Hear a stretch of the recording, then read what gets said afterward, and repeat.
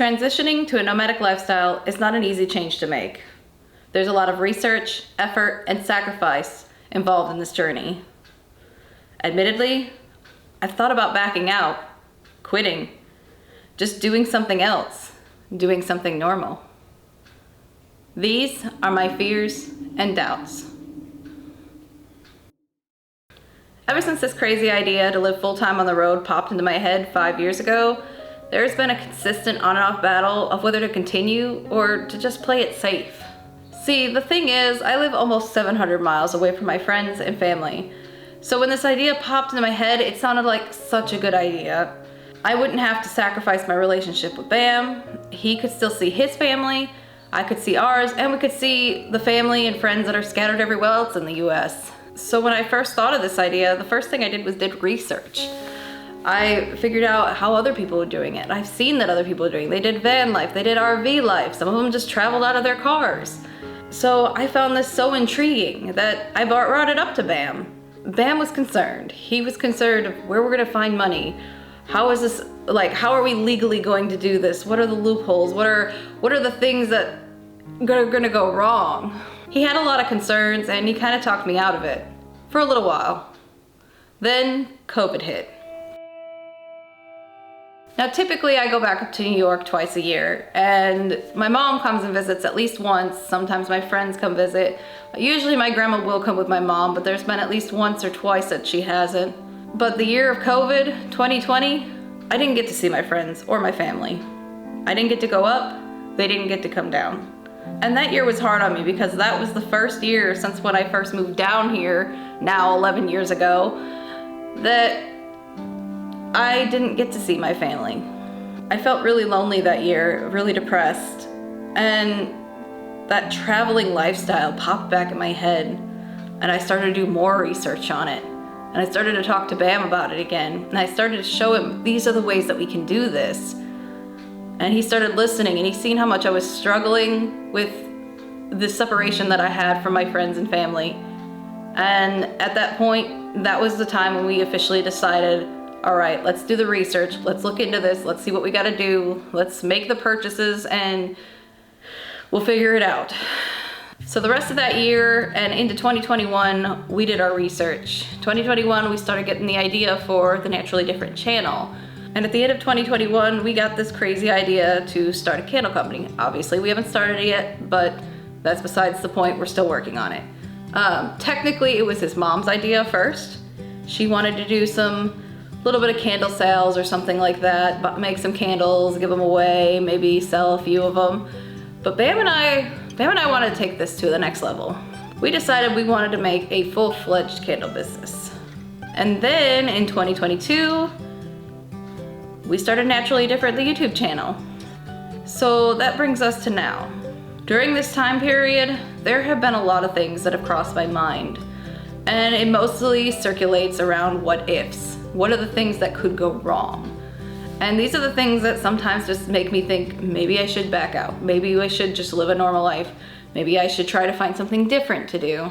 But for real though, sometimes these what ifs are really daunting. They're things like right now, we just bought the truck. What if we can't afford to keep paying for the truck? It is an extra expenditure. It is going on the same pay period as my house payment.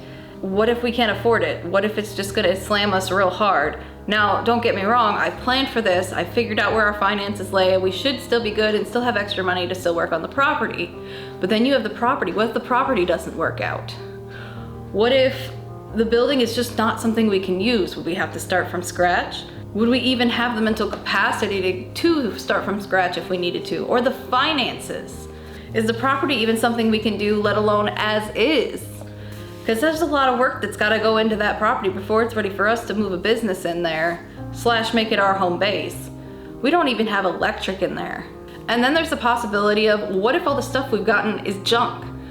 What if the truck is junk? Obviously, we've been running around with it.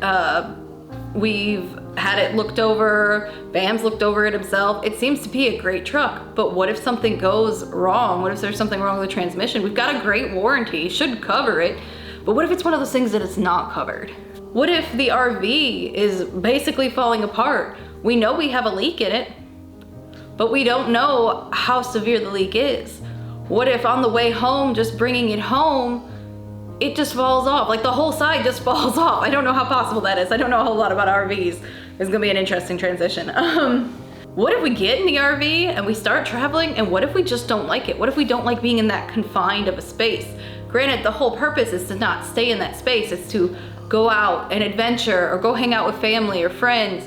It's just meant to be the place we sleep and eat and maybe do some like computer work. But what if we don't like it? What if we don't like being that close to each other? What if that's the thing that breaks our relationship?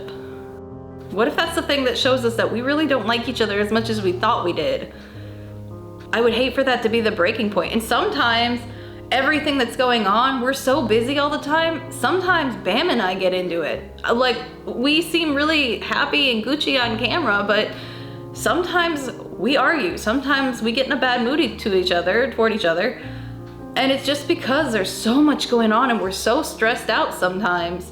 And don't get me wrong, it's nothing bad. Like, we get a little mad, we walk away, we come back, we calm down, so on. You do what we're supposed to. And I get it, no relationship is perfect and no relationship's not gonna have arguments. Sometimes I worry that just getting into this life is gonna be the thing that wrecks this relationship. And sometimes I do need to take a step back and be like, all right, let's just be us for a little while.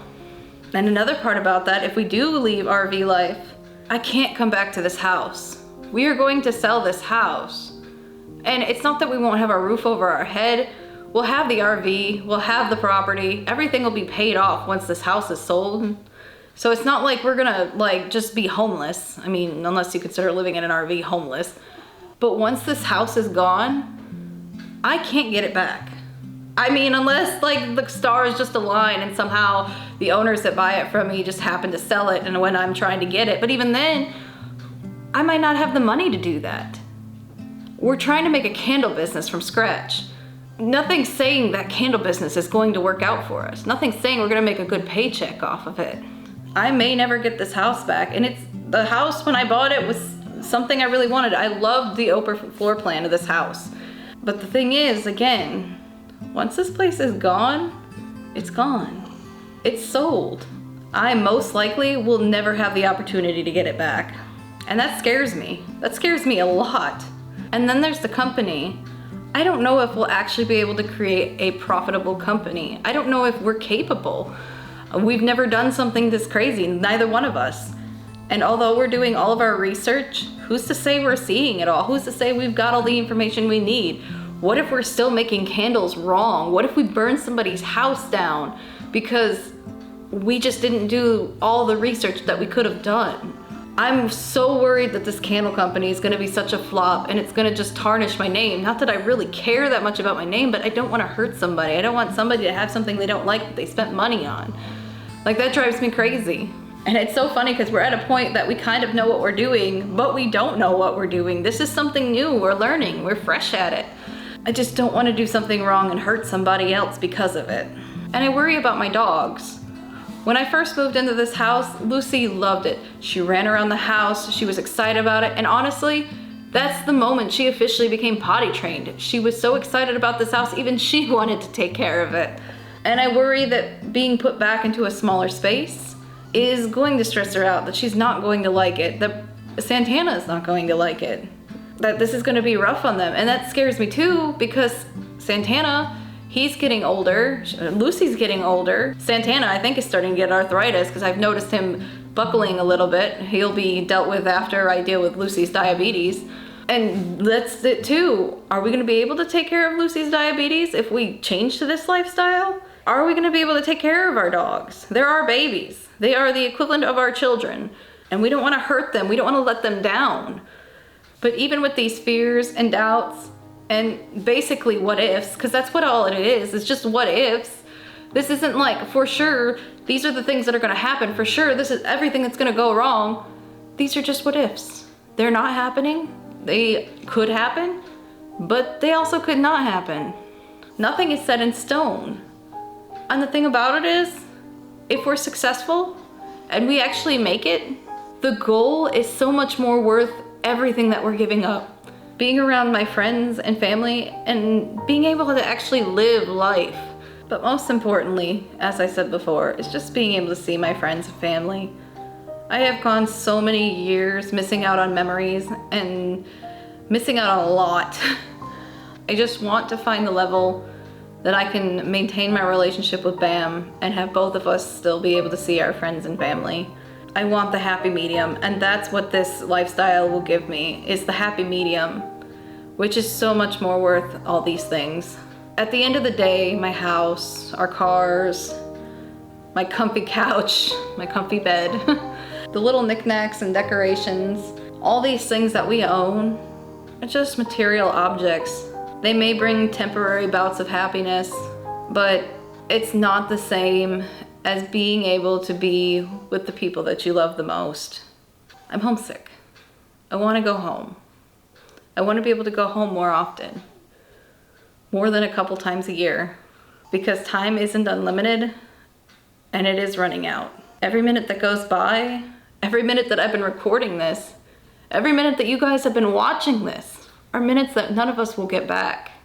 The only thing I can say is we have to use this time that we have on this planet to do the things that matter the most to us. Yes, we're still gonna have to pay bills and taxes and all that. There's still responsibilities of living here.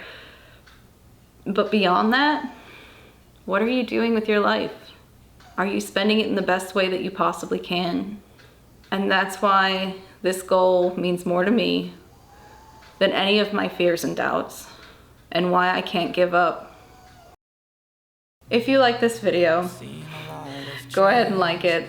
If you want to see more of our crazy journey, going and switching from regular house life to RV life, go ahead and hit that subscribe button.